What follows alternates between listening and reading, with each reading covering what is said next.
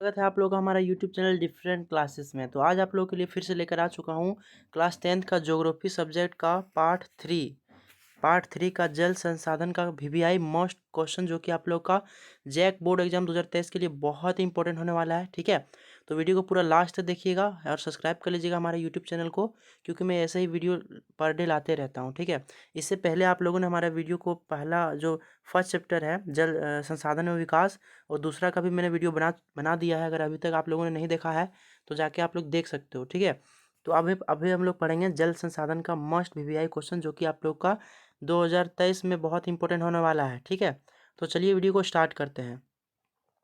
तो हमारा पहला क्वेश्चन बोल रहा है कि इनमें से किसने बांधों को आधुनिक भारत का मंदिर कहा। ठीक है, इनमें से किसने बांधों को आधुनिक भारत का मंदिर कहा। तो राजेंद्र प्रसाद, जवाहरलाल नेहरू, सरदार वल्लभ पटेल, गांधी जी। तो ये कौन थे? जो जवाहरलाल नेहरू जी थे, वो बांधों को आधुनिक भारत का मंदिर कहा था। ठीक है, फिर हमारा दूसरा क्वेश्चन है कि राजस्थान में छत वर्षा जल संग्रहण को कहा जाता है। तो जो राजस्थान में जो छत वर्षा जो संग्रह होता है, यानी कि छत पे जो वर्षा का जो जमा करता है, उसको हम लोग कहते हैं क्या? टाँका। ठीक है, क्या कहते हैं? टाँका।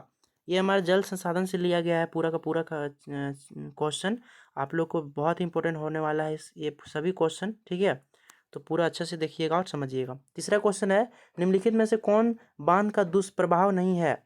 तो बाढ़ नियंत्रण। ठीक है, पहला है राज्यीय जल विवाद, जलाशय में तलछट का जमाना, जनसंख्या का विस्थापन, या फिर बाढ़ नियंत्रण। तो इसका हो जाएगा आंसर बाढ़ नियंत्रण। ठीक है, हमारा चौथा क्वेश्चन है, निम्नलिखित में से किस नदी पर टिहरी बांध बनाया जा सकता है?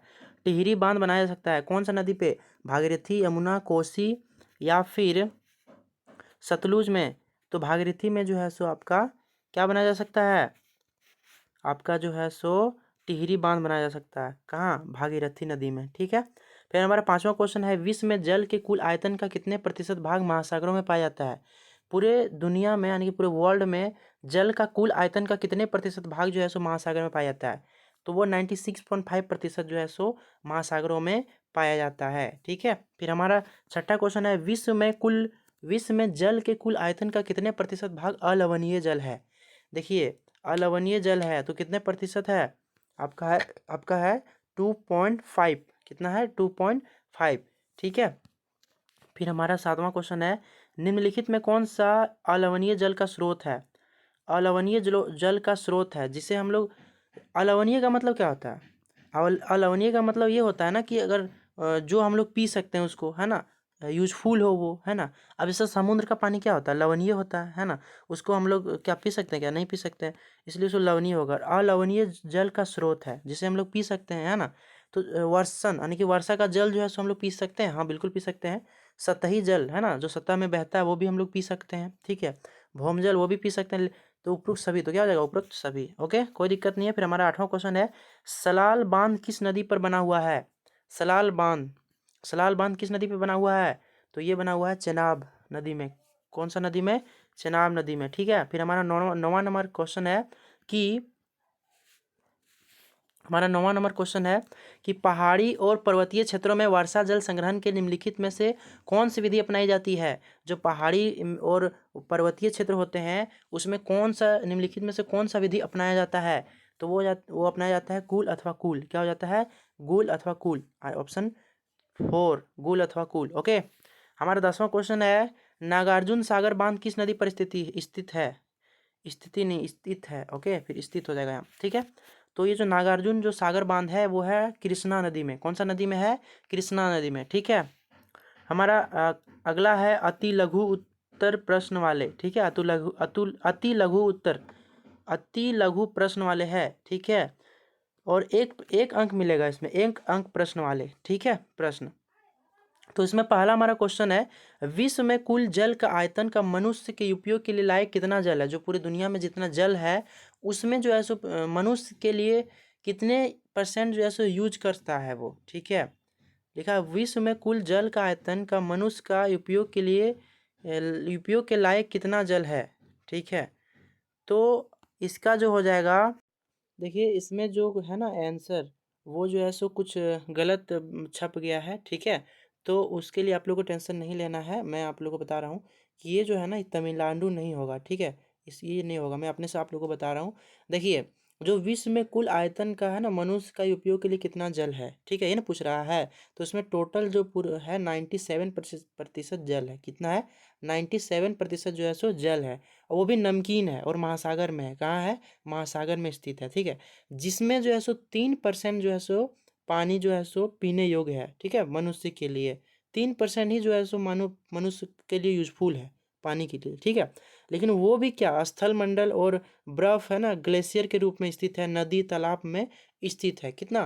3%। तो हमारा आंसर क्या हो जाएगा? 3% जो है सो मनुष्य के लिए उपयोग है। बाकी 97% जो है सो नमकीन है। वो कहाँ है? महासागरों में स्थित है, वो हम लोग नहीं ना पीते हैं। तो 3% जो इसका आंसर हो जाएगा, 3%। ओके, तो कोई दिक्कत नहीं है, 3% हो जाएगा आंसर, ठीक। फिर हमारा अगला क्वेश्चन को चलते हैं। दूसरा नंबर में, गुल अथवा कुल क्या है, ठीक है। गुल अथवा कुल क्या है? तो गुल अथवा कुल क्या है, देखिए जानते हैं। पश्चिमी हिमालय में पर्वतीय क्षेत्रों में वाहिकाओं को गुल अथवा कुल कहते हैं। जो पश्चिमी हिमालय है ना, उसमें पर्वतीय जो क्षेत्र है, उसमें वाहिकाओं को क्या कहते हैं? गुल अथवा कुल कहते हैं, ठीक है। इसके बाद हमारा तीसरा क्वेश्चन है, खादिन और जोहड़ क्या है होता है? तो शुष्क और अर्ध शुष्क क्षेत्रों में वर्षा जल को एकत्र करने के लिए बनाए गए गड्ढे। जो शुष्क और अर्धशुष्क क्षेत्र होते हैं ना, उसमें वर्षा जल को जो एकत्रित करते हैं, ठीक, वर्षा जल को एकत्रित करते हैं, उसको हम लोग क्या कहते हैं? खादिन और जोहड़ बोला जाता है, ठीक है। भारत के ऐसे क्षेत्र का उदाहरण दे जहाँ पर्याप्त मात्रा में वर्षा होती है फिर भी जल की कमी है। देखिए, इंडिया में बहुत सारे ऐसे जगह हैं जहाँ पर बारिश तो होता है, ठीक है, वर्षा बहुत अधिक और वर्षा होती है, लेकिन जल की कमी है, ठीक है। तो वो है मेघालय की राजधानी शिलोंग में। बताइए, वहाँ जो है सो पानी की कम हो जाता है, ठीक है, वर्षा तो होता है लेकिन पानी की कीमत किल्लत हो जाता है। कहाँ? मेघालय की राजधानी शिलोंग में। ओके, हमारा पांचवा क्वेश्चन है, राजस्थान में छत वर्षा जल संग्रहण को क्या कहा जाता है? तो राजस्थान में जो छत वर्षा जल को संग्रह को कहा जाता है, वो कहा जाता है टांका। क्या बोला जाता है? टांका, ठीक है। फिर हमारा अगला क्वेश्चन है, छठा नंबर में, जल दुर्लभता के दो कारण लिखिए। जल दुर्लभता मतलब क्या? जल की कमी। जल दुर्लभता मतलब क्या होता है? जल की कमी। ओके, तो इसका जो है सो कारण बताइए। बढ़ती जनसंख्या की बढ़ती आवश्यकताएं। अब जब जनसंख्या बढ़ेगा तो क्या, उसका आवश्यकता भी बढ़ेगा, चाहे वो कोई भी चीज़ में हो, तो पानी का भी यूज होगा ना। बहुत सारे लोग हो जाएंगे और पानी सीमित है, लेकिन आदमी जो है सो इतना जनसंख्या हो जाएंगे कि मत पूछिए। तो क्या पानी का मांग बढ़ेगा कि नहीं बढ़ेगा? तो क्या इसमें भी कारण है। जल का असमान वितरण, कहीं कम है तो कहीं ज़्यादा है, ठीक है। तो ये जल दुर्लभता के दो कारण थे, ठीक है। इतने लिख दोगे ना तो आप लोग का एग्जाम में अच्छा जाएगा, ठीक है, अच्छा नंबर देगा आप लोग को। देखिए, और मैं सारा चीज़ का ना प्लेलिस्ट बना दूंगा, आप लोग को बिल्कुल टेंशन लेने की बात नहीं है। आप लोग के लिए मैं प्लेलिस्ट बना के लिंक दे दूंगा, ठीक है। आप लोग जाके पूरे देख लीजिएगा। ज्योग्राफी का हर चैप्टर का मैं वीडियो बना रहा हूँ, हर चैप्टर का सारा चीज़ चैप्टर का मैं वीडियो बना के प्लेलिस्ट बना दूंगा, तो आप लोग को दिक्कत लेने की कोई बात नहीं है। तो चलिए आप लोग को अगला क्वेश्चन चलते हैं। लिखा है, सातवां नंबर, टिहरी परियोजना किस राज्य में किस नदी पर बनाया गया है? तो टिहरी परियोजना जो है सो उत्तराखंड में भागीरथी नदी पर बनाया गया है। कहाँ बनाया गया है? उत्तराखंड में भागीरथी नदी पर बनाया गया है, ठीक है। फिर अगला क्वेश्चन है, सलाल परियोजना किस नदी पर तथा किस राज्य में निर्मित है? तो जो सलाल परियोजना है वो है जम्मू कश्मीर में चेनाब नदी पर, ठीक है, जम्मू कश्मीर में चेनाब नदी पर, ठीक है। फिर हमारा अगला जो है लघु दीर्घ प्रश्न है ना, लघु दीर्घ उत्तर वाले प्रश्न, जो कि 3-5 अंक वाले प्रश्न रहेंगे आप लोगों के लिए, तो इसको पढ़ते हैं। लिखा है, पहला क्वेश्चन, वर्षा जल संग्रहण क्या है? भारत के विभिन्न भागों में वर्षा जल संग्रहण की दो विधियां बताइए, ठीक है। तो इस चलिए जानते हैं वर्षा जल संग्रहण क्या है भाई, ठीक है। यह एक तकनीकी है जिसके द्वारा वर्ष के जल खाली स्थान, घरों में टैंक, बेकार पड़े कुएं आदि में भरा जाता है, बाद में इसका प्रयोग किया जाता है। देखिए क्या होता है ना, कि जब बारिश होता है तो घर में जो टैंक होता है, बेकार पड़े कुएं होते हैं, उसमें भर जाता है, और इसका बाद में हम लोग प्रयोग करते हैं। तो वर्षा जल संग्रहण इसी को कहते हैं ना। और जो इसका भारत में विभिन्न भागों में वर्षा जल संग्रहण कैसे किया जाता है, उसका कैसे किया जाए, वो दो विधि आपको इसमें बताना है। तो चलिए देखते हैं। पहाड़ी और पर्वतीय क्षेत्रों में लोगों ने गुल अथवा कुल जैसी वाहिकाएं नदी की धारा का रास्ता बदलकर खेतों में सिंचाई के लिए बनाई है, ठीक है, ठीक है। फिर दूसरा है, राजस्थान में पीने का जल एकत्रित करने के लिए छत जल संग्रह का तरीका आम है। मतलब कि जो राजस्थान में जो है ना, पानी का जो जल जब वर्षा होता है तो छत में जो है सो जमा कर लेता है, बाद में उसको यूज करता है। फिर तीसरा नंबर में है, पश्चिम बंगाल में बाढ़ के मैदान में लोग अपने खेतों की सिंचाई के लिए बाढ़ जल की वाहिकाएं बनाते हैं, है ना। शुष्क और अर्धशुष्क क्षेत्रों में खेतों में वर्षा जल एकत्रित करने के लिए गड्ढे बनाए जाते हैं, ठीक है। गड्ढे बना के क्या किया जाता है, उसको संग्रह किया जाता है, उसको बाद में सिंचाई के लिए यूज किया जाता है ना। इसके बाद हमारा दूसरा क्वेश्चन है बहुउद्देशीय नदी घाटी परियोजना क्या है। बहुउद्देशीय नदी घाटी परियोजना के 4 लक्ष्य बताएं। ठीक है, तो ये बहुत ही इंपॉर्टेंट क्वेश्चन है आप लोगों के लिए, है ना। इसको अच्छी तरह से समझेंगे हम लोग। लिखा है, नदी पर बांध बनाकर इससे अनेक प्रकार कार्य लिए जाने की ही बहुत उद्देश्य नदी घाटी परियोजना कहते हैं। प्रमुख उद्देश्य, जब कोई नदी में ना हम लोग बांध बनाते हैं, क्या बनाते हैं, बांध बनाते हैं, और इनका प्रयोग कार्य के लिए और इनके अनेक प्रकार कार्य के लिए जाने की बहुउद्देशीय नदी परियोजना कहते हैं। ठीक है, तो जब कोई भी नदी में हम लोग बांध बनाते हैं तो उसको क्या बोलेंगे, बहुउद्देशीय नदी घाटी परियोजना। ठीक है, आगे देखते हैं कि इसका जो 4 लक्ष्य क्या क्या है। जल विद्युत उत्पादन करना, है ना। जब बांध हम लोग बनाते हैं तो उससे क्या उत्पन्न करते हैं, जल विद्युत उत्पन्न करते हैं। सिंचाई भी यूज करते हैं, है ना, खेतों को। फिर हमारा तीसरा है घरेलू व औद्योगिक जल आपूर्ति करते हैं। घरेलू में जो औद्योगिक जल जो है सो उपयोग होता है पाइप द्वारा। देखे होंगे आप लोगों को, गांव में अभी जो है सो पाइप से सभी घरों घरों में पानी पहुंचाया जा रहा है। ठीक है, वो शहरों में भी होता है। तो ये सारी चीज़ होता है। नौ चालन होता है, नाव का भी चालन होता है ना। बाढ़ नियंत्रण होता है, बाढ़ भी नियंत्रण होता है। और मछली पालन भी होता है, सभी लोग मछली पालन करते हैं इसमें। ठीक है, फिर हमारा तीसरा क्वेश्चन है बहुउद्देशीय परियोजनाओं की किन्हीं 3 हानियों को स्पष्ट कीजिए। देखिए, मैं आप लोगों को बताया था कि कोई भी चीज़ का ना फ़ायदा भी है, नुकसान भी है। ठीक है, तो अब जो बहुउद्देशीय परियोजना को जो है सो किन्हीं 3 हानियों को स्पष्ट करना है। तो पहला क्या, नदी पर बांध बनाने से उनका प्राकृतिक बहाव रुकना। अब जब नदी है, ये नदी, इसका प्राकृतिक बहाव होता है कि नहीं होता है। अब यहाँ मान लो हम लोग बांध बना देंगे तो ये बहाव रुकेगा कि नहीं, प्राकृतिक जो नेचुरल वो रुकेगा कि नहीं, जमा हो जाएगा, एकत्रित हो जाएगा। ठीक है, फिर जो हमारा दूसरा है तलछट बहाव कम होना, है ना, बहाव भी कम हो जाता है। फिर बांध नदियों को टुकड़ों में बांट देता है। अब सही सही बात है। अब इधर से जो है सो आ रहा है पानी, और यहाँ पर हम लोग क्या किए, इसको रोक दिए, और इधर जब मन चाहे तब खोलते हैं, इसको पानी बहाते हैं। तो क्या हुआ, एक बांट दिया कि नहीं, बांट, एक तरफ इधर हो गया, एक तरफ इधर हो गया। तो ये चीज़ दो भागों में बांट देता है बहुउद्देशीय परियोजना। ठीक है, फिर हमारा चौथा है बाढ़ के मैदानों में जलाशयों में से वनस्पति और मिट्टियाँ जल में डूब जाती है। अब जब बाढ़ के जो मैदान होता है ना, वो जलाशयों से वनस्पति और मिट्टियाँ जल में डूब जाती है। ठीक है, और स्थानीय लोग वहाँ से विस्थापन होना। मतलब कि देखिए, जब बाढ़ बनाया जाता है तो ऐसे नहीं बनाया जाता है। ठीक है, वहाँ पर क्या होता है कि आपका जो है सो जिस जगह पे बांध बनाया जा रहा है वहाँ अगल बगल जितने भी बस्तियाँ होती है उसको खाली कर दिया जाता है। जिसके कारण वहाँ के जितने भी लोग होते हैं वो क्या होते हैं, निराश हो जाते हैं अपने जगह को छोड़ने पर, नहीं, मजबूर होकर उसको छोड़ना पड़ता है। तो ये सारी बहुउद्देशीय परियोजनाओं का क्या होता है, हानि होता है। फिर हमारा चौथा क्वेश्चन है राजस्थान के अर्धशुष्क भागों में किस प्रकार वर्षा जल संग्रह किया जाता है, चर्चा कीजिए। जो राजस्थान के अर्धशुष्क भाग है उसमें किस प्रकार जो वर्षा जल संग्रह किया जाता है उसके बारे में हम लोग को जानना है। तो अर्धशुष्क और शुष्क क्षेत्र में भूमिगत टैंक अथवा टांका होना। इनका आकार जितने एक कमरे जितना होता है। टांका या सुविकसित छत वर्षा जल संग्रह तंत्र का अभिन्न हिस्सा होता है जिसे घर में बनाया जाता है। चौथा, वे घरों के ढलवां छतों से पाइप द्वारा जुड़े होते हैं। छत से वर्षा जल को भूमिगत टाँका में पहुंचाया जाता है। तो ये सब सारी चीज़ें हैं जिससे राजस्थान का जो है अर्धशुष्क भागों में वर्षा जल संग्रह किया जाता है। ठीक है, फिर हमारा 5वां नंबर में है जल दुर्लभता से आप क्या समझते हैं, इनके 2 कारण लिखिए। तो हम लोग आप लोगों को बताया था कि जल का कमी ही जल दुर्लभता है। तो देखिए क्या लिखा हुआ है कि जल की मांग की तुलना में जल की कमी जल दुर्लभता कहलाती है। ठीक है, अब जब जल का कमी होगा, इतने सारे जनसंख्या हो गया है, तो जल का जब कमी हो जाएगा तो उसी को क्या बोलेंगे हम लोग, जल दुर्लभता बोलेंगे।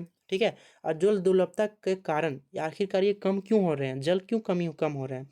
तो अधिक जनसंख्या हो रहा है, जल संसाधनों का अति शोषण हो रहा है, अधिक, है ना, औद्योगिकरण भी हो रहा है। ठीक है, ठीक, तो ये सारे कारण थे। इसके बाद हमारा छठा क्वेश्चन की ओर चलते हैं। जल संसाधनों का संरक्षण और प्रबंधन क्यों आवश्यक है, किन कोई 3 कारण लिखिए। देखिए, जल जो है उसको संरक्षण करना क्यों आवश्यक है, उसको बचाना क्यों जरूरी है, इसके बारे में हम लोग को 3 को लिखना है। तो मैंने यहाँ पर 4 लिखवा दिया। ठीक है, देखिए, पहला है जल का अतिशोषण, अत्यधिक प्रयोग, समाज में असमान वितरण, इसके लिए कारण संरक्षण एवं प्रबंधन आवश्यक है। देखिए, जब जल का अतिशोषण हो रहा है, अधिक प्रयोग हो रहा है, समाज में असमान वितरण कहीं कम कहीं ज़्यादा हो रहा है, तो इसका संरक्षण भी तो करना जरूरी है। नहीं तो एक दिन खत्म खत्म अगर नहीं होगा, जल जो है सो क्या है, नवीकरण योग्य संसाधन है। अगर इसका हम अगर यूज नहीं अच्छा से करेंगे तो क्या होगा, जो लोगों को जो आपूर्ति नहीं हो पाएगा ना, कहीं ज़्यादा ही मिल जाएगा, कहीं कम हो जाएगा, इसलिए इसको संरक्षित करना जरूरी है। दूसरा नंबर में क्या है, बढ़ती जनसंख्या, कृषि, आधुनिकीकरण, नगरीकरण, औद्योगिकरण का भारत की नदियों में दुष्प्रभाव पड़ना। ठीक है, नदी में भी दुष्प्रभाव पड़ता है। जो नदी का पानी होता है ना, वो बहुत ही सफा होता है, और क्या करता है कि जो फैक्ट्रियाँ लोग होता है, फैक्ट्रियाँ जो होता है, बड़े बड़े फैक्ट्रियाँ, क्या होता है कि पाइप के द्वारा वो नदी में जितने भी अचड़े कचड़े होते हैं सभी उसमें जो है सो डाल दिया जाता है, जिसके कारण क्या होता है, नदी में जो पानी होता है वो प्रदूषित हो जाता है। ठीक है, इसके बाद प्राकृतिक पारितंत्र को ह्रास हो रहा है, पारिस्थितिकी संकट उत्पन्न होना, बढ़ती जनसंख्या के पेयजल तथा कृषि उत्पादन में सिंचाई आदि के लिए जल संरक्षण एवं प्रबंधन आवश्यक है। ये जो जनसंख्या इतनी तेजी से बढ़ रहा है, इसको पानी का अगर समान रूप में अगर मिलना चाहता है तो जो है सो जल को आप लोग को बचाना ही पड़ेगा, कोई उपाय है नहीं। ठीक है, अगर नहीं बचाओगे तो कहीं कम असमान वितरण होगा। ठीक है, कहीं कम तो कहीं ज़्यादा। हमारा 7वां क्वेश्चन है, जवाहरलाल नेहरू ने बांधों को आधुनिक भारत का मंदिर क्यों कहा है? बांधों के किन्हीं 4 लाभों को बताइए। अब बांध जो होता है वो क्यों बनाया जाता है, उसका लाभ क्या है? ठीक है, हानि भी है, लाभ है, तो उसमें लाभ पूछा है, क्या पूछा है, लाभों को बताएं, तो लाभ क्या है उसके बारे में बताना।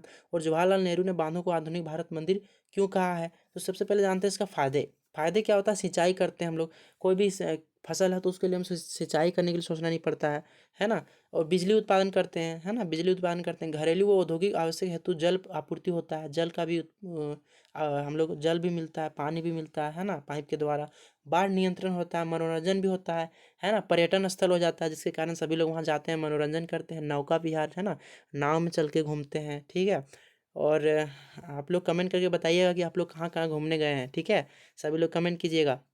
ठीक, और नौका विहार किए हैं कि नहीं किए हैं, नौका विहार मतलब आप लोग नाव पे चढ़े हैं या फिर नहीं चढ़े हैं, कौन कौन सा बांध में आप लोग घूमने गए हैं, कौन कौन सा डैम आप लोग देखने गए हैं, वो हमको कमेंट करके आप लोग को बताना है। ठीक, फिर हमारा छठा है मत्स्य पालन। मत्स्य पालन यानी कि मछली पालन भी करते हैं हम लोग। ठीक है, तो ये सब सारी चीज़ों जो है सो बांध के लाभ है। ठीक है, देखिए, और जो पहला पूछ रहा है कि जवाहरलाल नेहरू जो बांधों को आधुनिक भारत का मंदिर क्यों कहा, क्योंकि जब देखिए अब जब बांध रहेगा ना तो आधुनिक आधुनिक जो भारत है इसमें बहुत सारे फायदे हैं।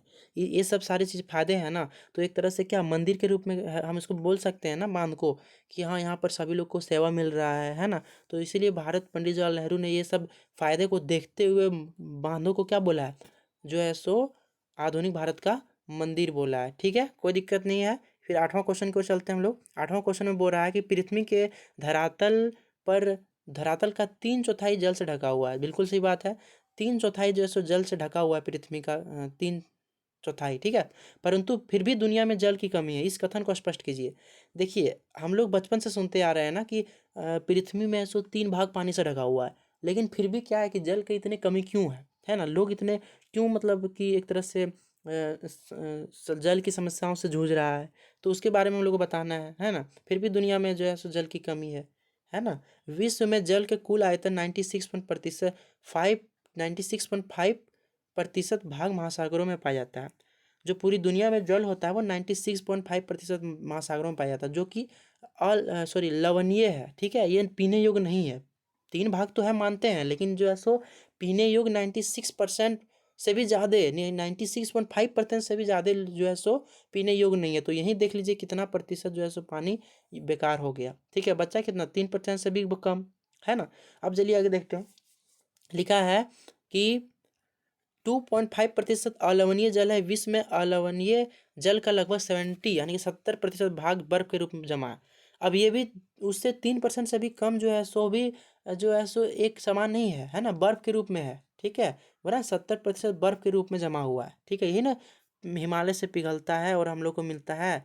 ठीक है, और आगे चलते हैं, और वो भी नदियाँ में जमा रहता है, तालाबों में रहता है, तो ये सब रूप में 2.5% है। ठीक है, वर्षा वर्षा में वार्षिक और मौसमी परिवर्तन के कारण जल संसाधनों की उपलब्धता में समय और स्थान के अनुसार विभिन्नता है। ठीक है, समय और स्थान के अनुसार विभिन्नता है। चलिए अगला देखते हैं, 4 नंबर में बोल रहा है कि जल की कमी, इसके अतिशोषण, अत्यधिक प्रयोग और समाज के विभिन्न वर्गों के जल के असमान वितरण के कारण होती है। या और होगा, यानी और होगा। ठीक है, समाज के विभिन्न वर्गों में जल के असमान वितरण के कारण होती है, कहीं कम कहीं ज़्यादा, है ना। जल का उपयोग ना बहुत ही सोच समझ कर करना चाहिए हम लोग को। ठीक है, कहीं अगर नल उल खुला है तो उसको बंद कर देना चाहिए, क्योंकि जल है तो हम हैं, आप लोग को सुने होंगे, है ना। जल बहुत ही इंपॉर्टेंट है आप लोगों के लिए, ठीक है, इसलिए क्वेश्चन भी आप लोगों से पूछ रहा है। इसमें ना सोशल साइंस आपका है, ठीक है, ज्योग्राफी जो है सो आपका है। आप इसमें जितने अच्छे से लिखोगे उतना आपको नंबर मिलेगा। और ये जाके छाप मत दीजिएगा, अपने दिमाग से लिखिएगा वहाँ, है ना। और नकल तो करना ही नहीं है, मैं हर वीडियो में आप लोगों को बता रहा हूँ। फिर 9 नंबर में बोल रहा है वर्षा जल संग्रहण क्या है। भारत के विभिन्न भागों में वर्षा जल संग्रहण की 2 विधियाँ लिखे हैं। तो एक तकनीक जिसमें वर्षा जल के खाली स्थानों, घरों में, टैंक में, बेकार पड़े कुएं में भरा जाता है, इसका प्रयोग किया जाता है, ठीक है। ये हम लोगों ने पढ़ लिया था ना, ये हम लोगों ने पढ़ लिया था, है ना। इसके फायदे भी हम लोग पढ़ लिए थे, जल विद्युत सिंचाई, घरेलू व औद्योगिक आपूर्ति करना। चलिए अगला देखते हैं, 10वां क्वेश्चन पे देखते हैं। बेकार पड़े कुएं को वर्षा जल के द्वारा पुनः भरण कैसे किया जाता है। बेकार पड़े जो कुआं होता है उसको वर्षा के द्वारा कैसे उसको भरण किया जाता है। पुनः भरण मतलब कि कैसे उसको फिर से भरा जाता है, ठीक है। लिखा है पीवीसी पाइप के प्रयोग करके छत पर वर्षा जल एकत्रित किया जाता है। पीवीसी पाइप होता है जिसके जरिए जो है सो छत में जो वर्षा जल होता है उसको एकत्रित किया जाता है। रेल व ईंट प्रयुक्त करके जल का छनन किया जाता है। अब जल का भी छनन किया जाता है, ऐसा नहीं कि वहाँ पर अचड़ा कचड़ा जो होता है उसको भी लिया जाता है, उसको छनन, उसको छाँटा जाता है, मतलब उसको सफाई किया जाता है, ठीक है। भूमिगत पाइप द्वारा जल को हौज तक लाया जा सकता है। अब जल छत से जो है सो नीचे नीचे क्या करता है, उसको लाया जाता है हौज में, ठीक है। और कुएं का जल भूमिगत जल का पुनर्भरण करता है। अब जब कुएं का जल हो जाता है तो भूमिगत जल का पुनर्भरण करता है।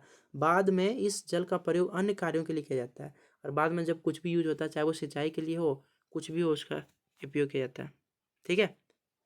फिर हमारा अगला क्वेश्चन है औद्योगिकरण तथा शहरीकरण किस प्रकार दुर्लभता के लिए उत्तरदायी है। इतने औद्योगिकरण हो रहा है, इतने शहरीकरण हो रहा है ना, तो उसका जो है तो जल दुर्लभता के लिए क्या उत्तरदायी है, इसको लिखना है।